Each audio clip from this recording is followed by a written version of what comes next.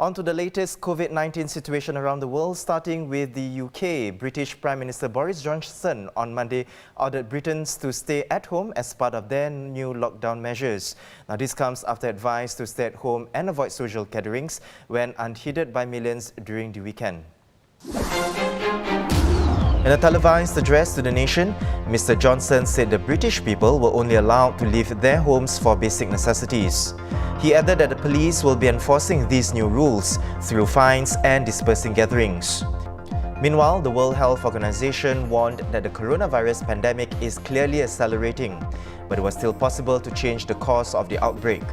They called for the use of more aggressive and targeted tactics, emphasizing that we are not helpless bystanders.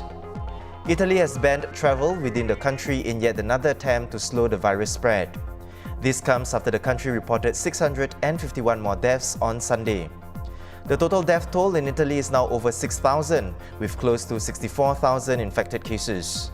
The Health Commission for China's Hubei province said it will remove all travel restrictions in and out of Hubei on March 25th. This is excepting the city of Wuhan, where travel restrictions will be lifted on April 8th. And just across the causeway, Malaysia will likely see an extension of its ongoing movement curbs. The decision, to be made by next Monday, will be based on whether there is a reduction in infection cases. The government will also unveil a second stimulus package following last month's 20 billion ringgit injection. The country saw its biggest daily increase with 212 new infections yesterday. This brings the number of those infected to over 1,514 deaths. I'm now joined by Malaysia Bureau Chief Shannon Teo. Now, Shannon, what is the likelihood of an extension of the movement curbs? I'd say the likelihood is pretty high. I mean, Prime Minister Muhyiddin said that if the numbers are decreasing, then maybe they will consider it. But as long as they're increasing, then they would look at an extension. I mean, the guidance that is given by him, most people are taking the message that we're going to look at the RMO extending until April now. How long? He indicated that they would decide on whether 1 week more or 2 weeks more, but many experts are saying you need at least a month or two before you can contain the entire epidemic that is happening in Malaysia. Now, Shannon, in the event, say, it were to be extended, what would it entail? Would the government, say, impose stricter rules? Right now, the government's been saying Malaysians are not complying to the RMO enough. They've started off at 60% compliance. Now they're saying it's about 90%. Well, the army's rolled out, so that maybe people are complying a bit more. But what it would entail would be, well, as we mentioned, the situation will continue. Borders will continue to be closed. Non-essential businesses will still be shut down. And moreover, they're starting to talk about certain hotspots, places which have a lot of cases. I think they're defining it as districts with more than 40 cases. They might come under more scrutiny, more roadblocks, more security measures, trying to make sure that in those areas where there's been a lot of infections, that there's a lot less human contact. So we might see stricter measures, but I don't think we're at a stage where we might see the same kind of lockdowns you've seen in China. Right.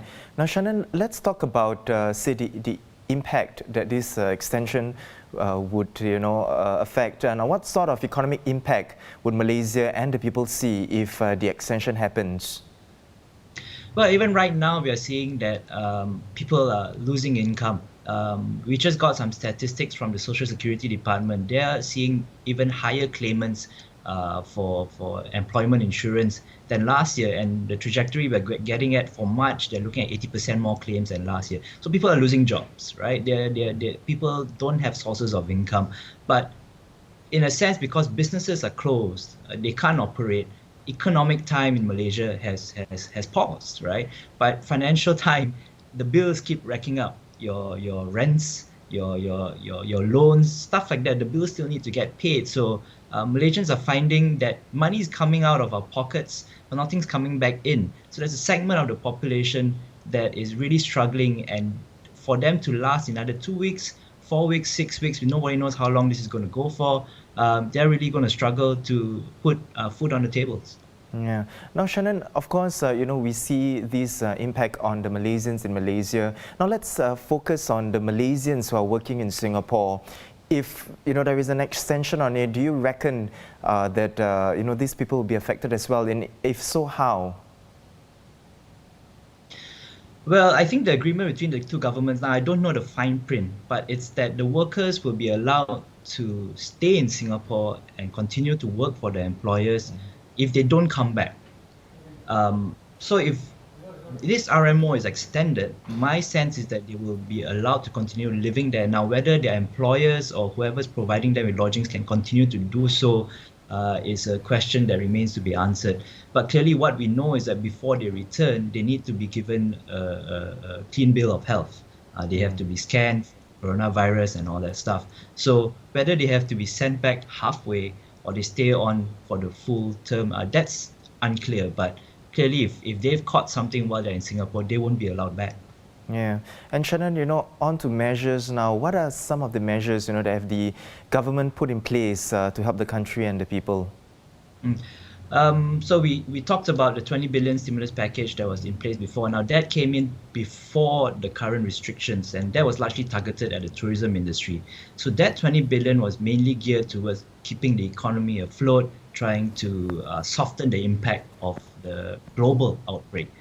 But with the situation in Malaysia now, it's basically become about people. The criticism of the government, it's done two interim measures so far, is that the measures seem to still be geared towards that, towards making sure that the economy is good, and also towards making sure that the government's own balance sheet is fine. But the criticism is that it's not going to the people who need it the most. I'll give you an example. Last week, the government announced that it would be subsidizing electricity by the tune of 500 million ringgit. But 80% of electricity used in Malaysia is by businesses, not individual households. So 400 million out of these 500 million is going to firms, is going to businesses, right? And they're large, and usually it's going to go to large-scale businesses. That's the one that's using a lot of electricity.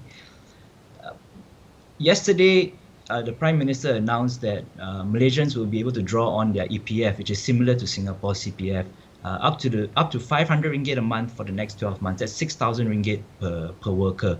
And this is going to be available to 12 million workers who have this money in their EPF accounts.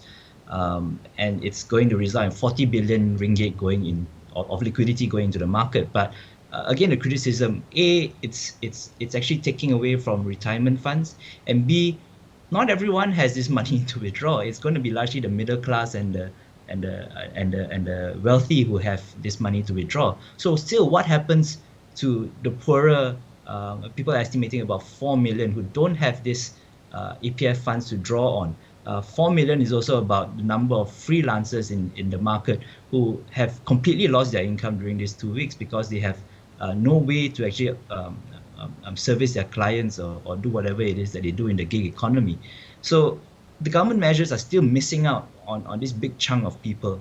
And that's what we are hoping for the government to address next week when it launches a full comprehensive stimulus package. But that remains to be seen. The government is now taking suggestions from the public.